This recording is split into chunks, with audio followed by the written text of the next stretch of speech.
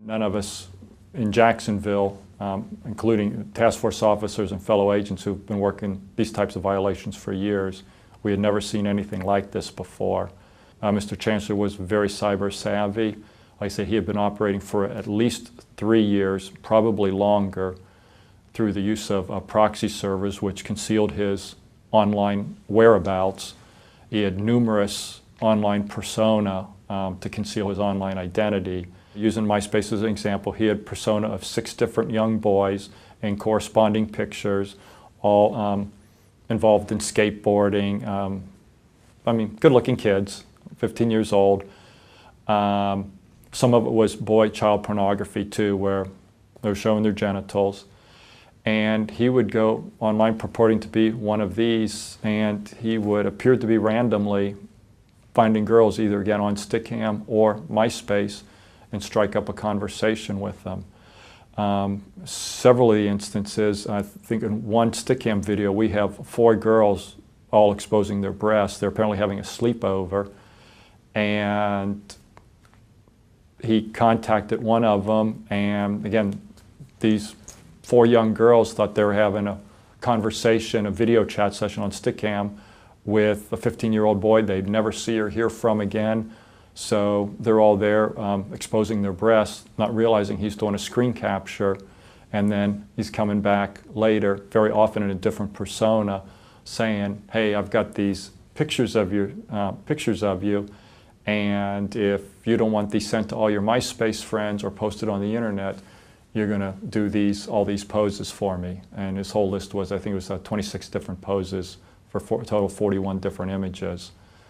And that's how a lot of times these young girls got on the slippery slope of what would be a relatively benign picture of exposing their breasts to fulfilling his perverted desires. When we interviewed him, we asked why he selected that age group too, and one of the comments he made was, well, because older girls wouldn't fall for his ploy.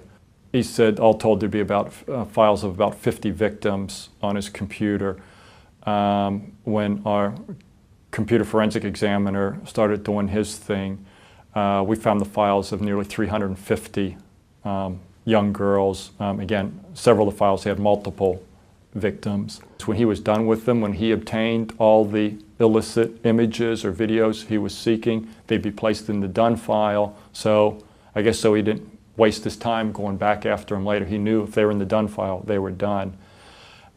In the pending, there were many of the files too, next to the victim's name, he'd have little notes to himself, like I remember one was, "We'll try again." Another was, he had a note, "On Facebook now." So he made little notes too to himself next to the victim's folders, I guess to remind him for the next time he went online hunting them down.